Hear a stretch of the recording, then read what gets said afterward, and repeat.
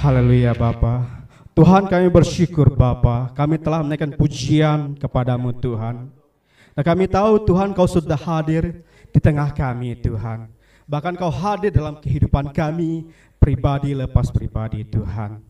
Ajari kami Tuhan, terus Bapa, mengenal Engkau sebagai Bapa yang baik di dalam kehidupan kami Tuhan. Ajari kami Bapa pada pagi hari ini Tuhan, untuk mulai menaklukkan pikiran kami di bawah kaki Kristus. Nah kami tahu Tuhan, hanya Roh Kudus-Mu yang boleh memampukan setiap kami Bapa. Bapa yang baik Tuhan, kami serahkan umat-Mu ke dalam tangan-Mu Tuhan. Kami makin percaya Tuhan, telinga seorang murid boleh ada dalam kehidupan kami pada pagi hari ini Tuhan. Terima kasih Bapa, bahkan hamba-Mu Tuhan yang akan menyampaikan bunyi firman-Mu Tuhan. Pakai hamba-Mu karena kami percaya Tuhan, perkataan firman-Mu tidak akan pernah kembali dengan sia-sia Bapa. Terima kasih Tuhan, dalam nama Yesus yang percaya katakan amin. Silakan duduk Bapak Ibu.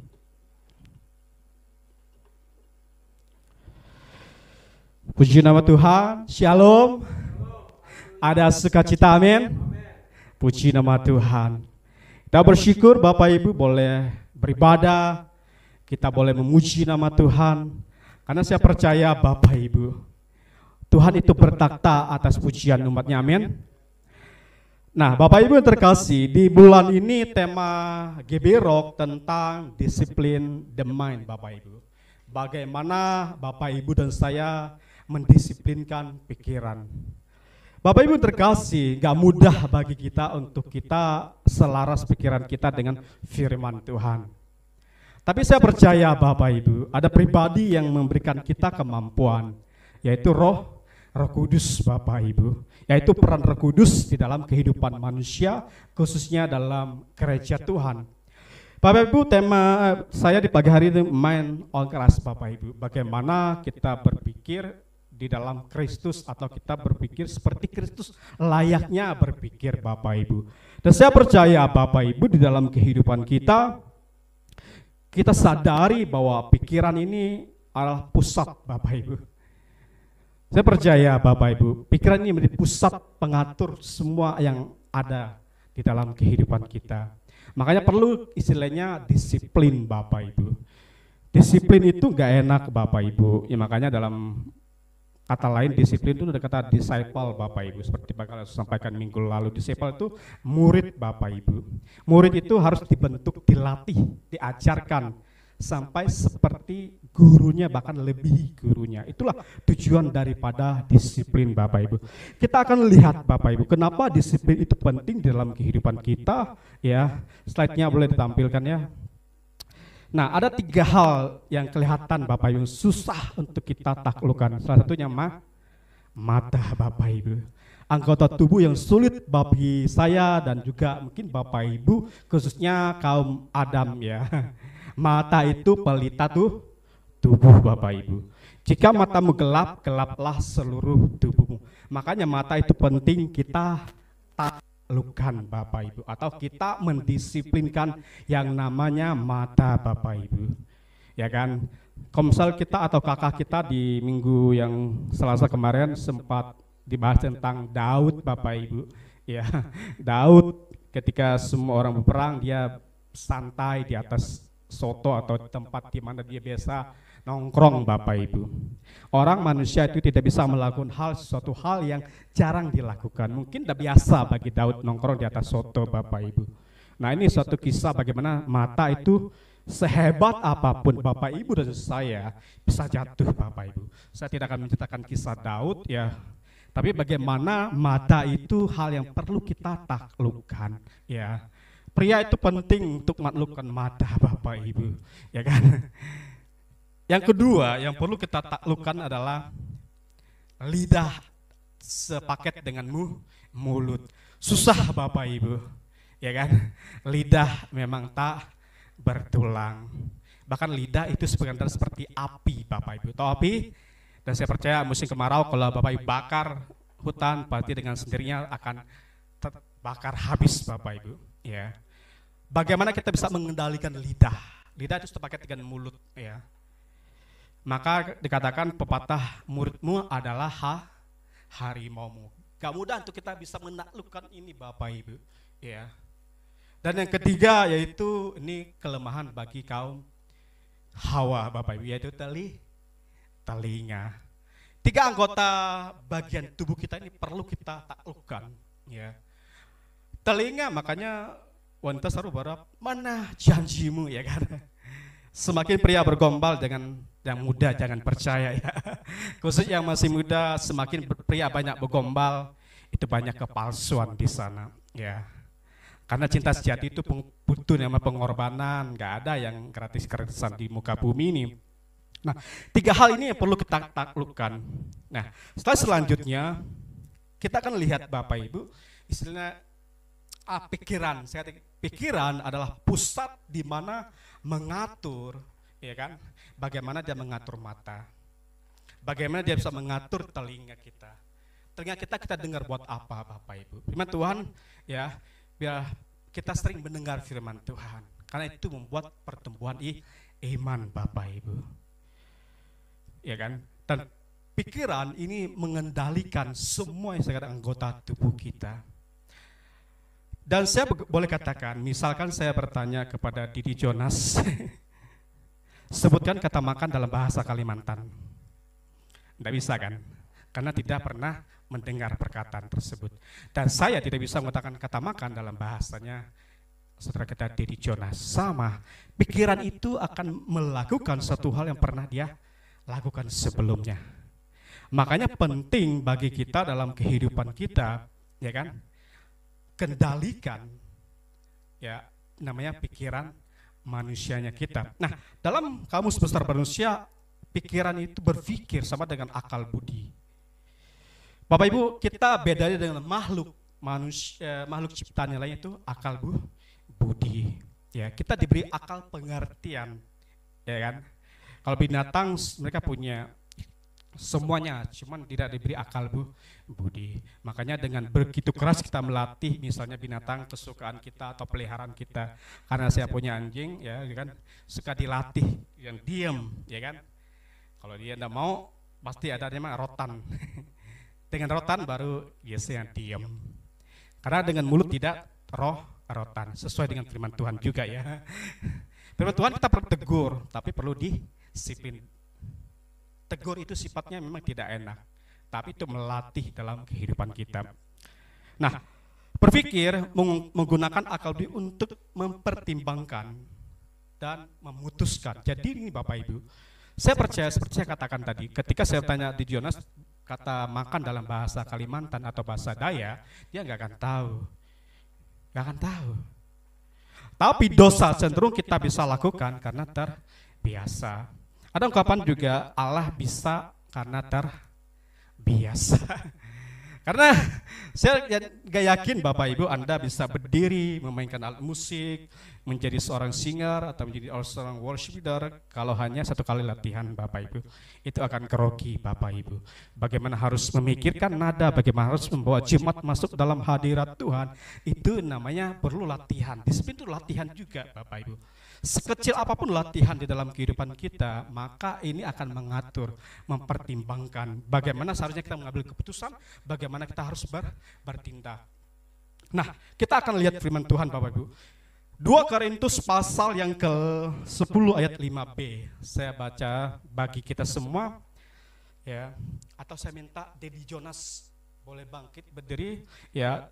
2 Korintus pasal ke-10 ayat 5b-nya saja ya.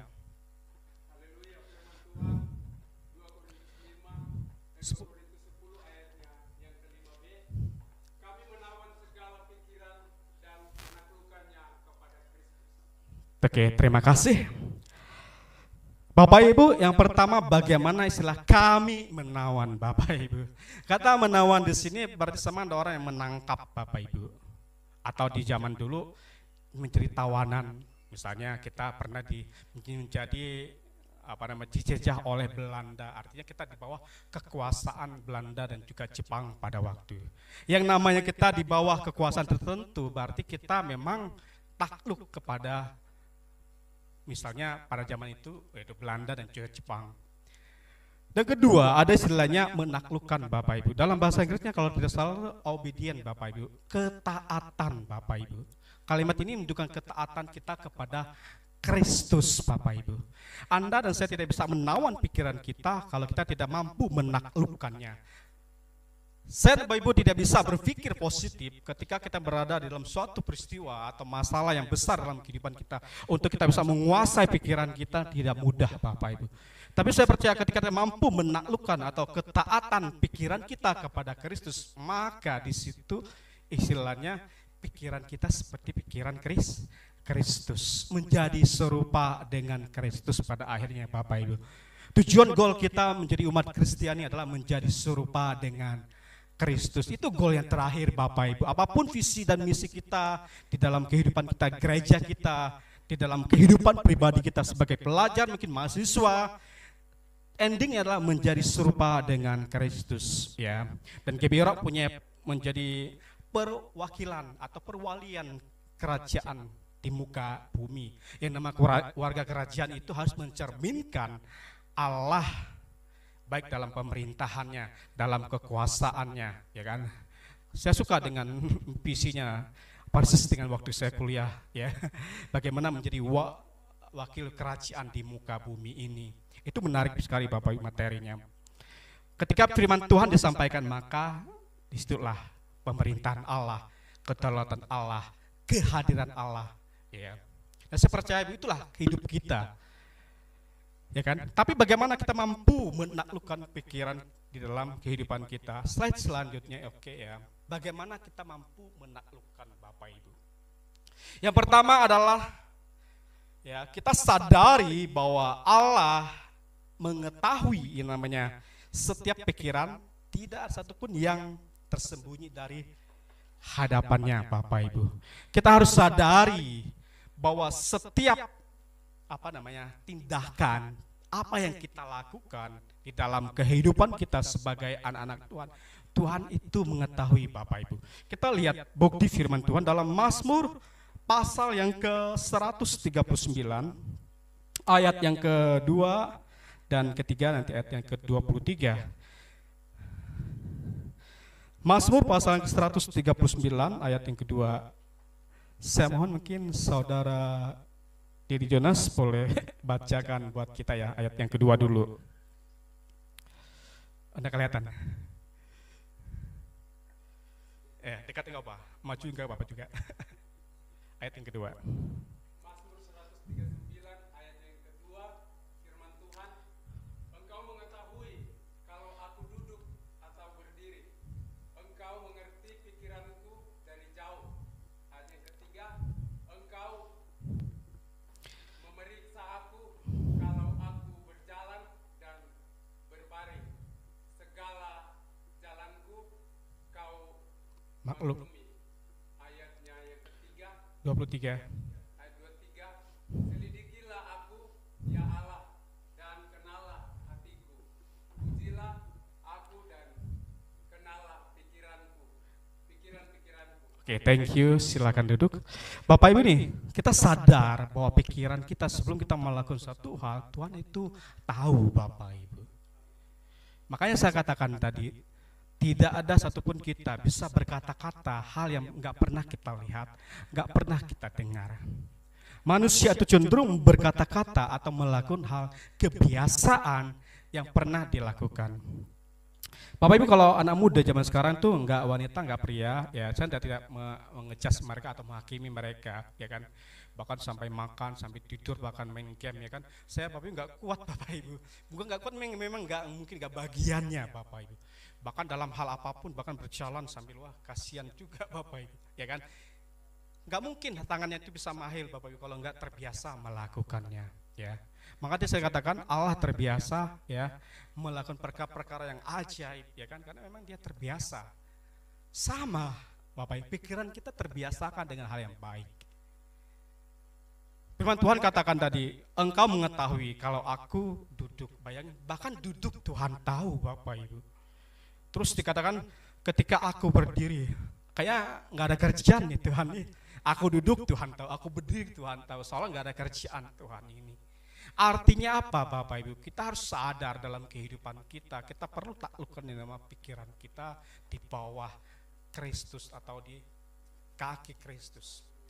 Dan saya nggak bisa mengatakan Bapak Ibu bisa menaklukkan pikiran kita hanya karena kita punya uang banyak Bapak Ibu. Itu hanya dampaknya saja Bapak Ibu.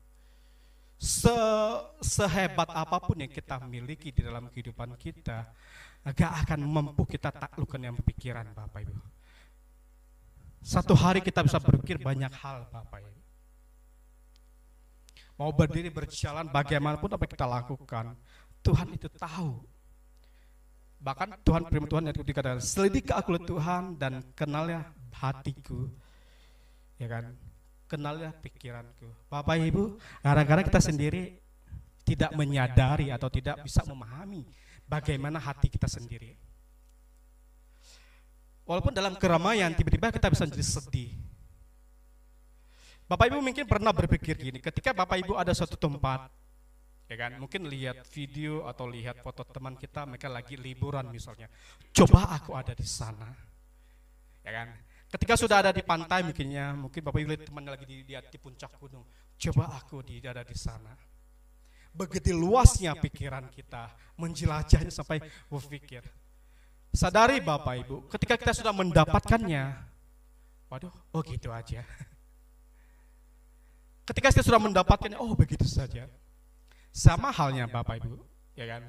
Ketika saya pengen dari awal juga kan, bukan awal sih, beberapa tahun kemudian ketika mengajar, pengen juga melamar dari seorang namanya ASN Bapak Ibu. Ya kan, 2018-19 saya pernah mencoba, ya kan, punya angan-angan gitu. Setelah itu saya diam Bapak Ibu, dan akhirnya Tuhan angkat saya di posisi tahun 2003 ini dengan cara Tuhan yang luar biasa bagi saya. Tuhan mudahkan. Toh nggak ada yang mengubah kehidupan saya secara jadi sombong jadi apa Bapak Ibu. Tapi justru membuat kita lebih mau mengenal Tuhan lebih lagi. Jangan sampai kita diangkat Tuhan, tapi kapasitas kita nggak berubah. Itu bahaya Bapak Ibu. Ya kan? Makanya pikiran kita ini perlu ditaklukkan Bapak Ibu. Perlu ditaklukkan. Itu yang pertama. Yang kedua Bapak Ibu, ya. Yang kedua Bapak Gubernur sudah sampaikan, sadarlah bahwa pikiran kita ini medan pertempuran. Yang namanya pertempuran, dulu kan pertempuran ya secara pasukan, ya kan, perang salib banyak juga terjadi, ya kan, bangsa Israel yang menaklukkan Kanaan itu perang berhadapan musuh dengan musuh. Tapi sekarang kan sudah mungkin nggak berlaku Bapak perang seperti itu, ya kan. Tapi bagaimana perang yang sejati? Kita lihat Bapak Ibu, ada asalnya. Yang pertama itu asal pikiran kita sendiri Bapak Ibu, ya.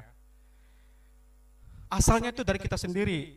Saya baca dalam Titus pasal yang kedua ayat yang ke-12, demikianlah firman Tuhan.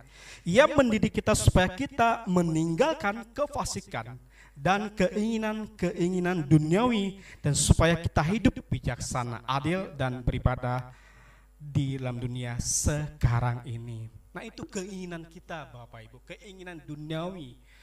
Galatia 5 ayat 19 sampai ke 21, kalau salah, percabulan, selisih, salah paham, ya kan, semua yang bersifatnya keinginan daging Bapak. Artinya dari diri sendiri. Jangan salahkan iblis Bapak Ibu. Iblis nggak punya daging Bapak Ibu. Ingat itu ya. Iblis nggak punya daging, dia punya roh Bapak Ibu. Kita selalu kan salah iblis. Makan buah pengetahuan baik juga salahkan iblis dari sejak pertama Bapak Ibu. Iblis nggak bisa masukin masuk mulut, nggak bisa.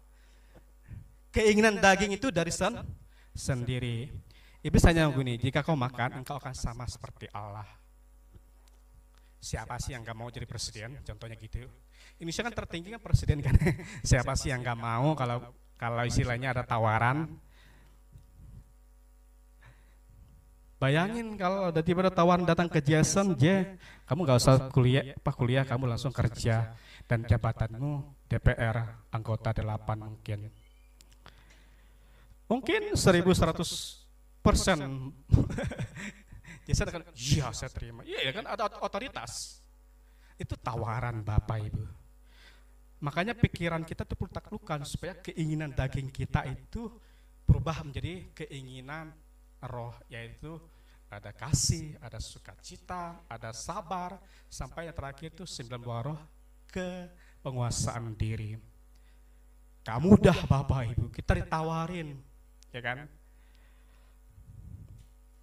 Yang kedua, datangnya dari musuh atau iblis. Ini firman Tuhan juga mungkin Pak Ngabala sudah bacakan, saya akan ulang buat kita. Efesus pasal yang ke-6 ayat 12 sampai 13. Demikianlah firman Tuhan. Karena perjuangan kita bukanlah melawan darah dan daging, tetapi melawan pemerintah-pemerintah, melawan penguasa-penguasa, melawan penghulu-penghulu dunia yang gelap ini, melawan roh-roh jahat di udara. Ayat 13, sebab itu ambillah seluruh perlengkapan senjata Allah, supaya kamu dapat mengadakan perlawanan pada hari yang jahat itu dan tetap berdiri sesudah kamu menyelesaikan segala sesuatu. Ini medan yang kedua Bapak Ibu. Medan yang kedua ini hanya kita bisa mengalahkannya. Tunduklah kepada Allah, maka lawanmu iblis akan kocar kacir, istilah bahasa kerennya, ya kan? Kita harus tunduk kepada Allah, Bapak Ibu. Tidak ada satupun hal yang bisa kita gunakan. Gimana kalau tunduk, kalau pikiran kita sendiri nggak tunduk kepada Allah? Gak mudah untuk kita bisa tunduk, taat. Yesus katakan, Bapa, lalulah jauhan ini daripadaku, bukan kehendakku. Bahkan kitab lain katakan Yesus taat sampai mati. Ini ketaatan mutlak Bapak Ibu. Tidak ada satupun yang bisa kita tukar. Ketaatan itu harganya mati Bapak Ibu. Kesetiaan, ketaatan itu harganya cuma dibayar dengan kematian. Gak ada hal lain Bapak Ibu. Makanya orang setia sama pasangannya sampai mati. Gak ada kesetiaan yang bersifatnya dua arah, setia sampai mati, baru engkau akan mendapatkan mahkota kehidupan.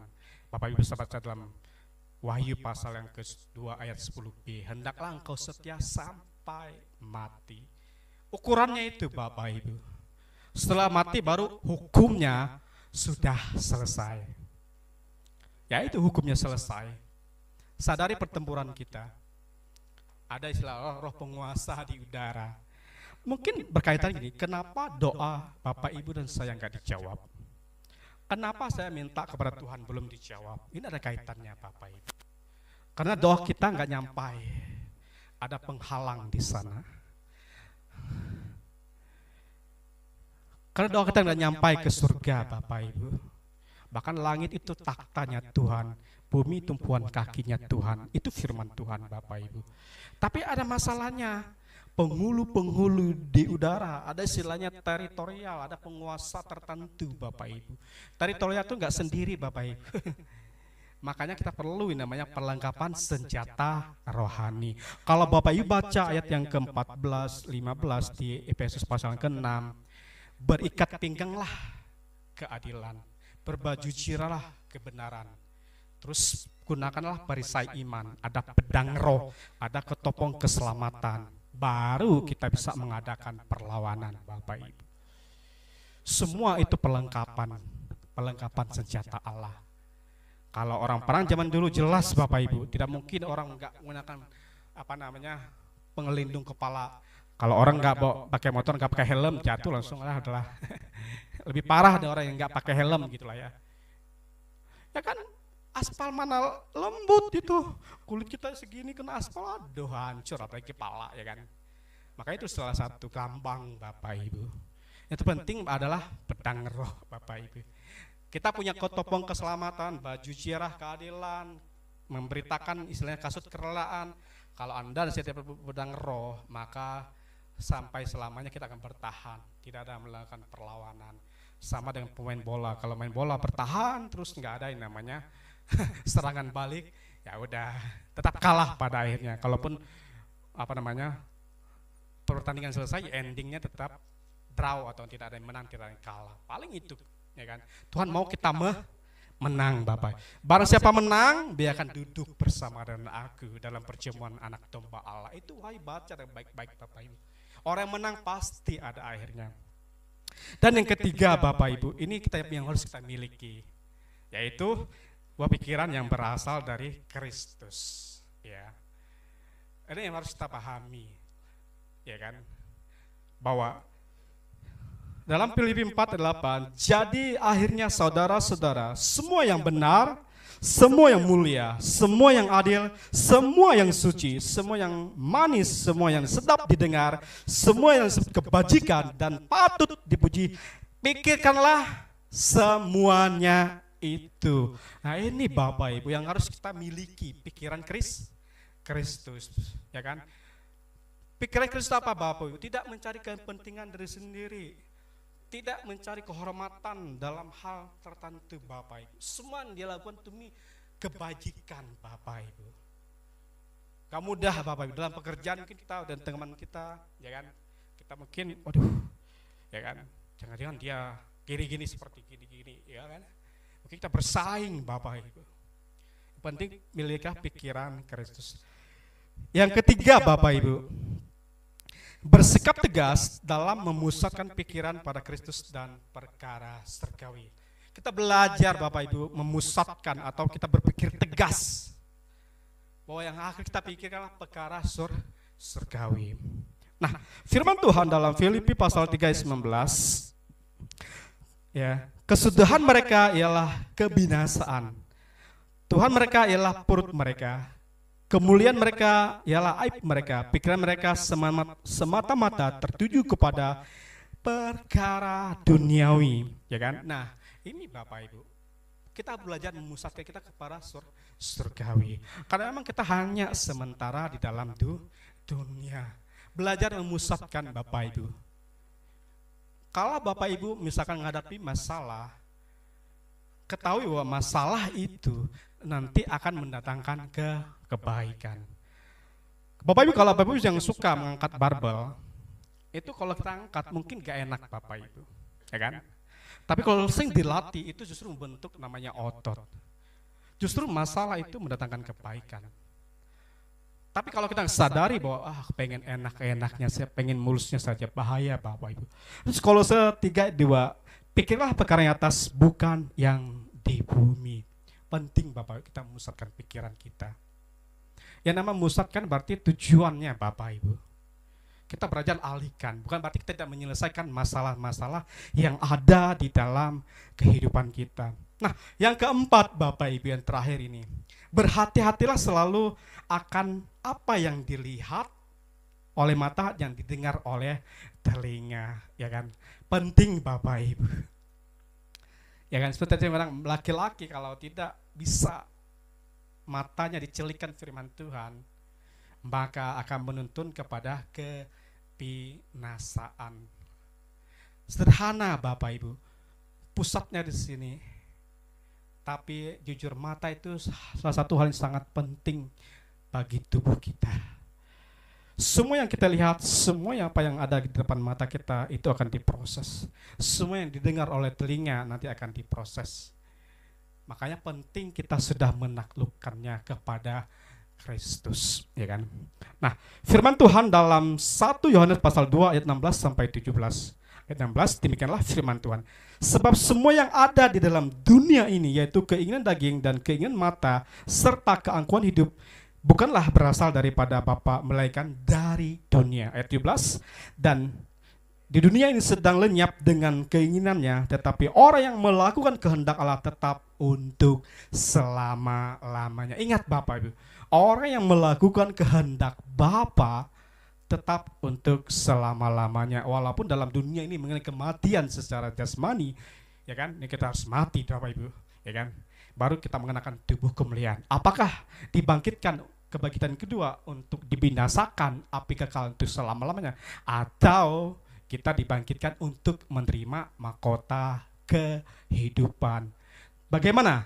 Taklukkan pikiran dari mulai dari mata, telinga. Gak mungkin Bapak Ibu, orang kalau mendengar suatu hal, suatu apapun yang buruk misalnya, itu bisa mempengaruhi suasana sepanjang hari.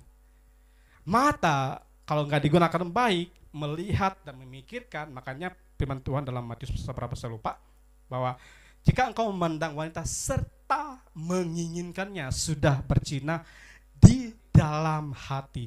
Perzinahan dalam hati sesuatu yang sangat dibenci Tuhan.